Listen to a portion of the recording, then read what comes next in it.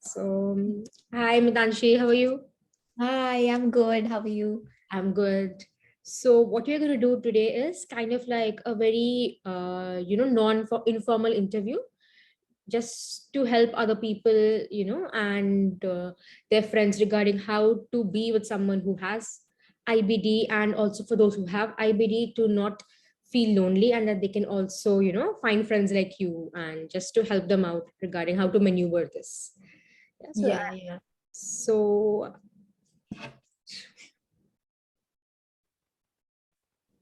Yeah.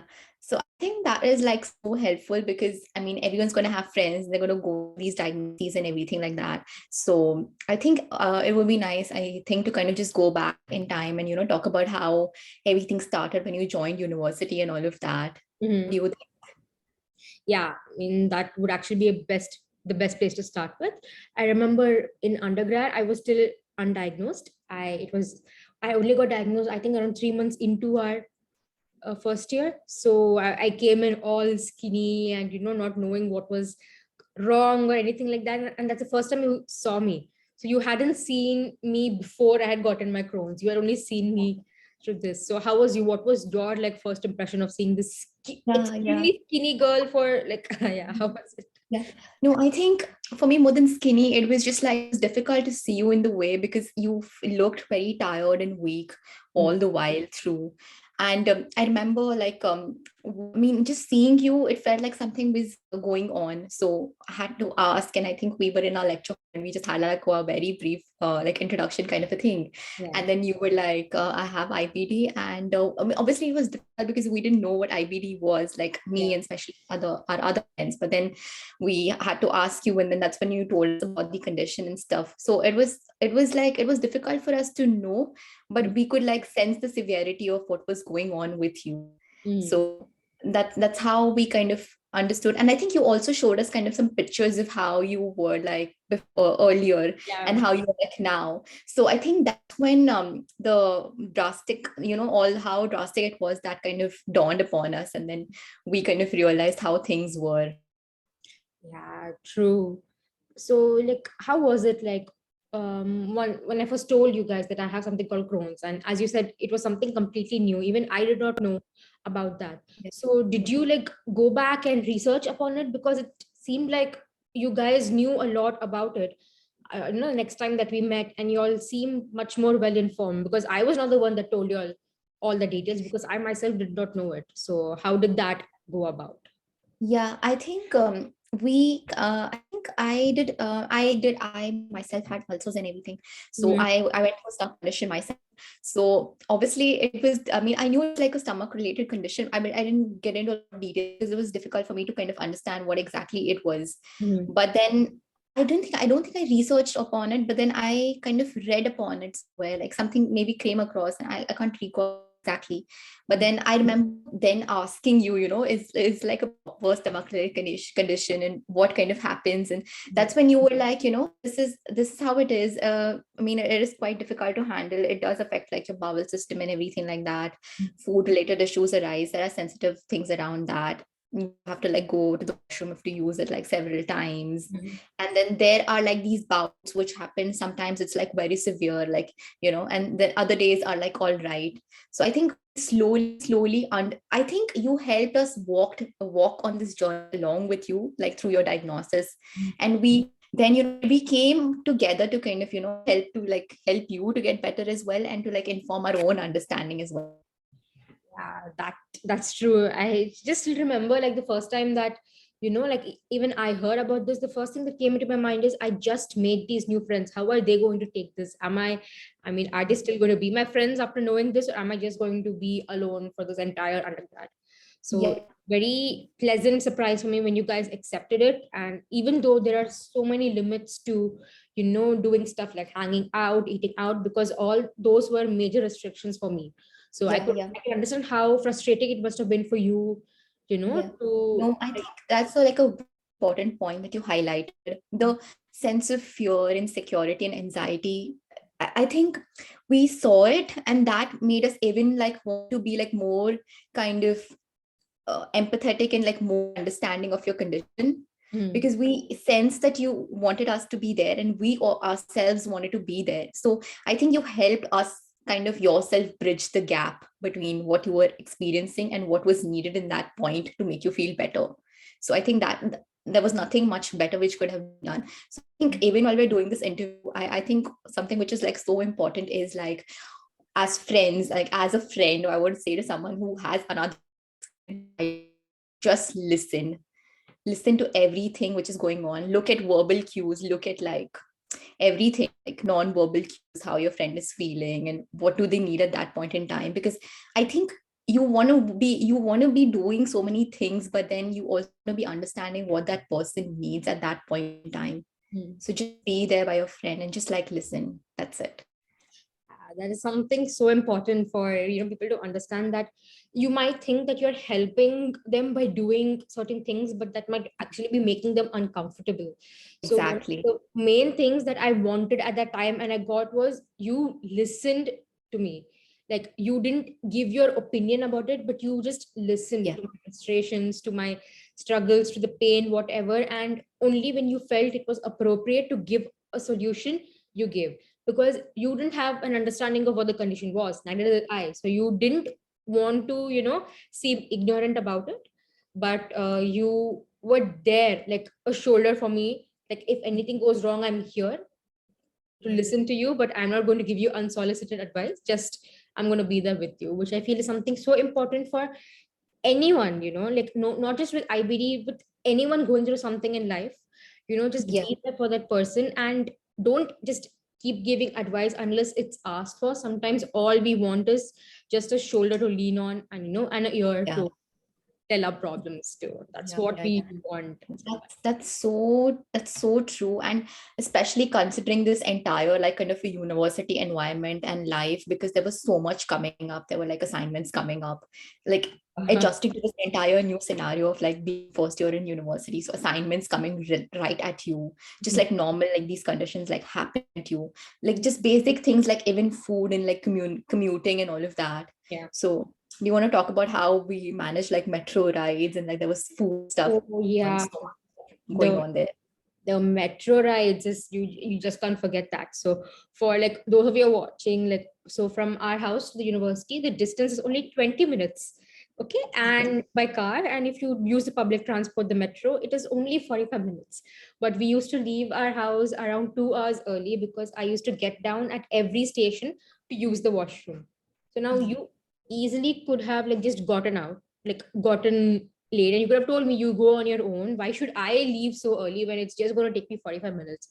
So why did you like decide to leave 2 hours early with me, and wait at every station that I used to get down at? Why did you take that struggle? So, Yeah. I think there was this growing sense of friendship and like feeling close to you. And, when you like, obviously, when you have the growing sense that is going on, but also the fact that you see your friend and like your friend needs that extra bit of support and, that care. So it just came from within, and I had to, like, not had to, I felt like doing it. So I really like that, something which I really, really wanted to do for you. So that's when like we did leave like 2 hours early. And I think it was not just about leaving early so that you could leave the washroom, to give you enough time to like settle properly. So like like moving that space in time, like even if when you reach the metro station earlier, you could like use the washroom if you had to, like even like boarding the train or whatever it was. And then like even obviously like when we got into the train and stuff, sometimes the distances, for people don't know how it is in Dubai, sometimes distances between one station to the next, it's pretty quick, which is fine, but then you might need to use the washroom like whenever you might need to use it. yeah. So, and then there are some stations which is like a bit long, which is 2 or 3 minutes, like I can't recall the name of the station because obviously it keeps changing, but then Yeah. that is something which used to happen as well. So I think that extra bit of time would just like help you a lot to kind of before boarding and then during as well. So I think that, and especially when we like reach uni as well, like just to give you the extra time before the lecture started and stuff. So Yeah. I think that was like very essential. Was. And I mean, I don't think this is one thing that some people might not understand it. They might, it's just 2 minutes, can you hold it in? Even few seconds is Yes. so difficult when it comes, you just feel like some accident is going to happen at that time. Even the few seconds of holding it in used to be very difficult earlier. So having that, and mentally also I was at peace knowing even if I do have to use the washroom every time, I won't be late to my classes, because we had the 0 minute policy. So if we were Yes. even a second late, we won't be allowed inside class. And Yes. there was high chance traveling with me that could have happened, that I might not make it to class on time, but yet you took that risk, and you came with. And So I think there was this thing also about I never understood, in fact, in reality, in the beginning, that it was so difficult to hold in. Like it was so, I mean, I never understood. Slowly I began to understand, this is something which your body can't, you have to like go yeah, immediately use it and stuff. And also there's one thing, if you want to talk about hygiene of washrooms. yeah, So that was like so crucial, because I remember you saying, it has to be clean, and that's something which also plays a role and it, also has an impact. So that was something as well that we needed to like take care of and look into. yeah. And I remember, like, I used to be so hesitant to even like step into the washroom to check if it is clean or not. You used to be the one that used to do that for Yeah, me, because I same have here. this mental block regarding washrooms. I cannot even, like, even in my house, I can only use the washroom I have been using. I don't even know how the other washrooms look like in my house. So Yeah, you like went above and beyond. You used to go and check if it's clean, and then you used to send me in, which is a big help. Even though you yeah, might think of it as a small thing, but to me it was a huge help. yeah, So yeah. I understand. And also there were times wherein you were like, if it was clean, you were like, you wouldn't use it, you would wait for like to reach home and stuff. So I had to like give it that extra bit of, you should use it now, because it still takes some while to reach home, because you had your home also from the metro station, you had to walk a certain distance as well to like reach home. Holding it even longer would, things would be closer. yeah. And how do you think how it was for you when we had to make plans to go out and stuff like that, to keep in mind that I might not be able to do certain things? So how was it when for you personally? Like, you can be honest, like you might have felt a little Mm. frustrated at times because you want to do something but you cannot, because there's this sick person that cannot do this. So how was like navigating all that? Yeah, so I think it was a bit difficult for like not just me, but for others, other of our friends to kind of understand as well in the group what we're supposed to plan. And I think usual things are usually like, if you think about it, with it's like to go out, eat, and like, and also like the frequency, because we were just getting to know each other at that point. We wanted to meet like more frequent, to like get to know each other better and stuff. So that was a bit difficult to navigate at that point in time, because we had to keep in mind a lot of things. You have to keep in mind like your health condition at that point, which is very severe and like very disturbed at that point in time. And also we had to think about like food, because like there were certain food groups which you could only like restrict food groups that you could do. And also we need to keep in mind like food safety, like how hygienic and how good the food was in certain places and things like that, because we wanted to be like be careful that it doesn't aggravate your condition further, which is already like very disturbed. So yeah, I think those were like some main things. Also third thing was like, again, when you have to go, we had to travel, so again that was like a blockage at times, so we had to like keep in mind a lot of things. So I think it was more about making you feel safe, comfortable, and everything, and also being able to have a good time. Because certain days where you would feel more tired and more like very, you wouldn't be able to like hold in. So we want to ensure that the when you were like feeling better, we would schedule our plans according to that. I think whoever's watching, like keep a watch on your friend, like see, consider all of these factors. And then, because that will not only help to make you feel friend comfortable or something like that, but that'll make you to make the most of your hangouts and outings as well. I mean, I think all that strengthens the bond of friendship, because It does. it says a lot. Because it's very easy to be with people when they are at their best, always fun, Yeah. but it's those that stick by you when you're going through something. That's when you know that that is a solid friendship. Yeah, totally. I used to be extremely moody. So even that would have been really difficult, for you guys to actually handle. And Yeah. what, Yeah. how was that? Yeah, it was a bit difficult because certainly because I am also a bit yeah, yeah.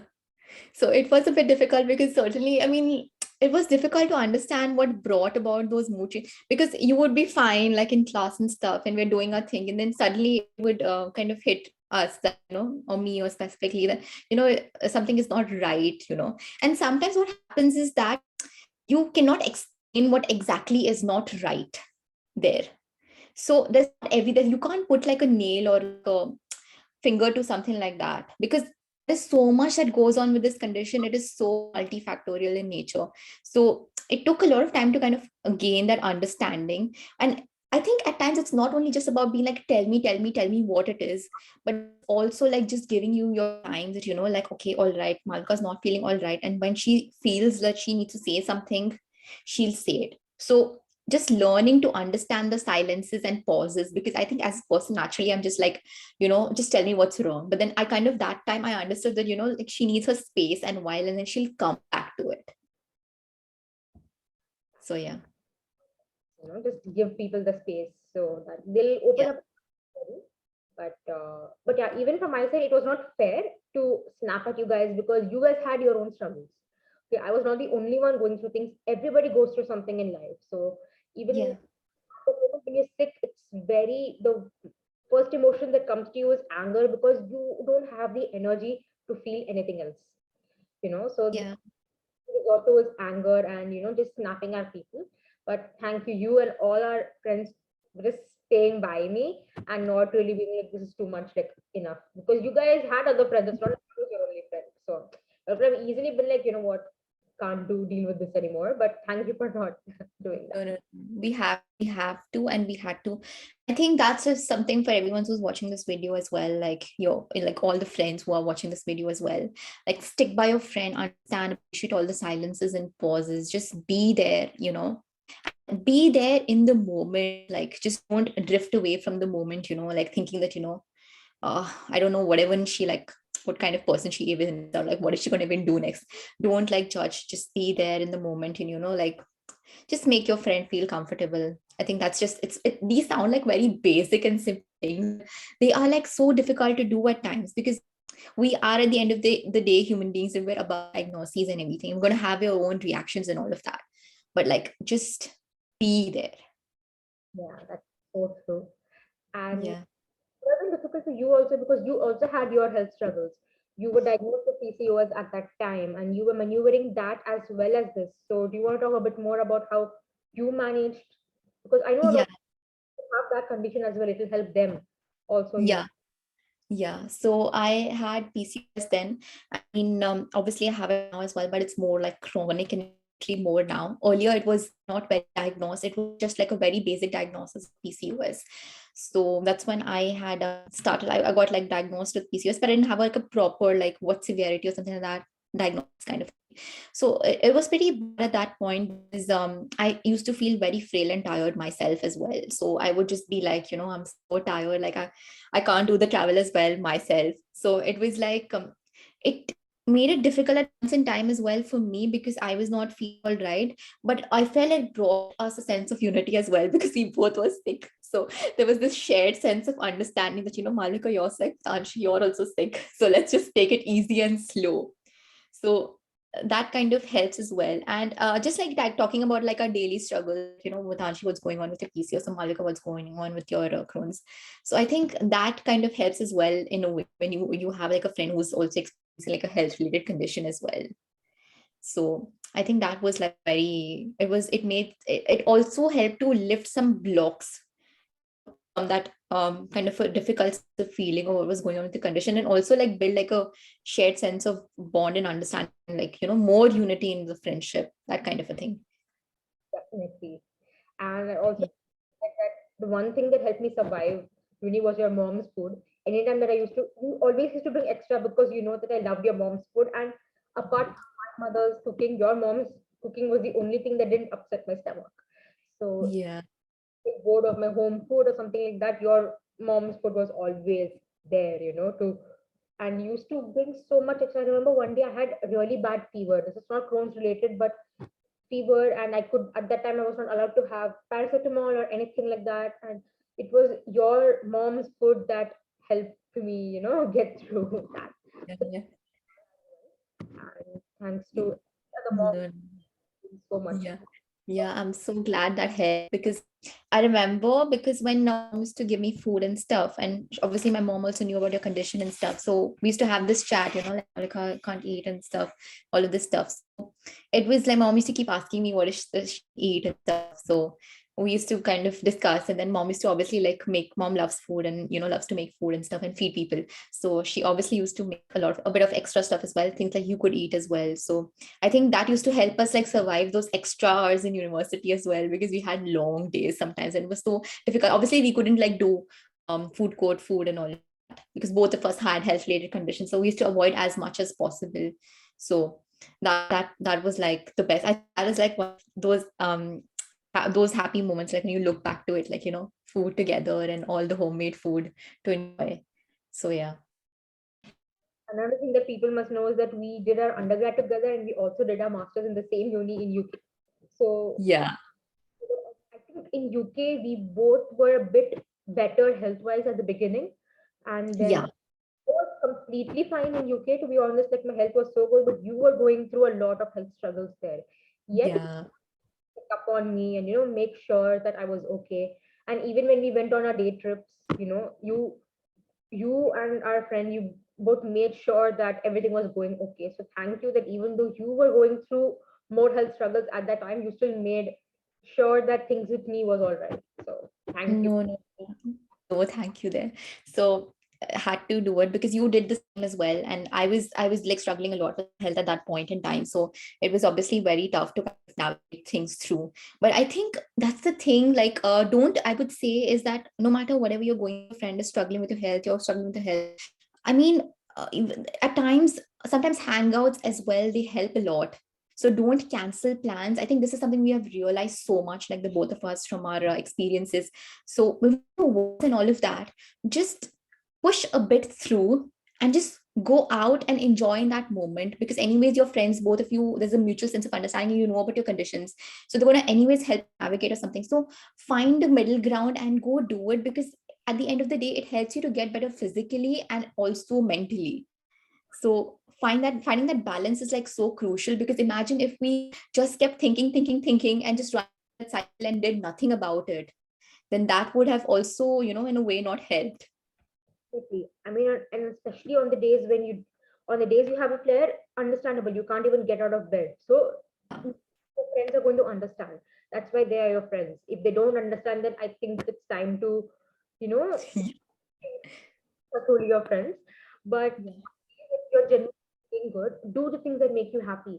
Because when you have a chronic condition, it's very like, you have these very few moments that you're truly feeling yourself and, truly feeling, alive and great. So just do whatever you love at that time. Is if that's like dancing, go dance. If that's swimming, go swim. If that's like going out and exploring, do that. Do whatever makes you happy, because only we know our struggles the best, and we must make the most of the days that we are feeling our best. Totally. And I think the thing is that, I mean, a lot of people will not know the entire story because we have seen it. So we have lived this entire story.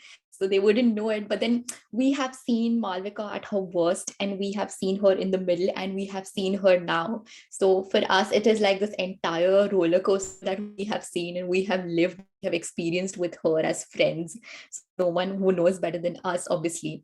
So make those plans, go out, live it with your friends. Don't let anything stop you, be there. So I think it's like a journey. It's a roller coaster, but it's a roller coaster you want to be on, because we have looked and we have seen and we have experienced, and now when we see you, like we feel so good. All those things that you couldn't eat, or all those things that you couldn't do, and now we're doing exactly things with you. It The way that makes us happy is like it's on a different level. So be there on that roller coaster with a friend, live it, and from there, like highs and lows are going to be there, but then just come back and there will be a day when you will know it'll be good, and then you will be doing all those you wanted to do as well. Definitely. And I remember like the first time I told you guys I'm going to get the surgery done, you guys were so skeptical, but y'all didn't Yeah. question my decision. You were like, if you feel that's best, and trust that was the best decision I took. you know It is, I would say as well. so like on like an ending note, like you since you're so you are a health psychologist in making, So what, Yeah. from your experience, and your expertise, what would be your advice for, friends of those who are having chronic illness, and like things to be mindful of? Because that's about your mental health as well, because that is what you are primarily going to be in the future, right? You're going to help out people who have physical health conditions and Yeah. mental health as well. So how? Yeah, I would just obviously I'm not certified to say anything, but I'm studying. But then I think just like as a so just like a disclaimer, but then just as a student, I mean, I would just yeah, yeah, So don't take our word for it. Just we just saying. yeah. Just making the making, just first year that too. So just I would just say basic things that we discussed, right? Just like to summarize and put it all together. It's like a nice roller coaster to be on, highs, lows, everything. Stick by your friend, shared sense of understanding, trust, everything brings you closer. Just just be happy. Sometimes there is happy and sad also. So you're gonna feel overwhelmed, sad, anxious, happy, everything on experience all together.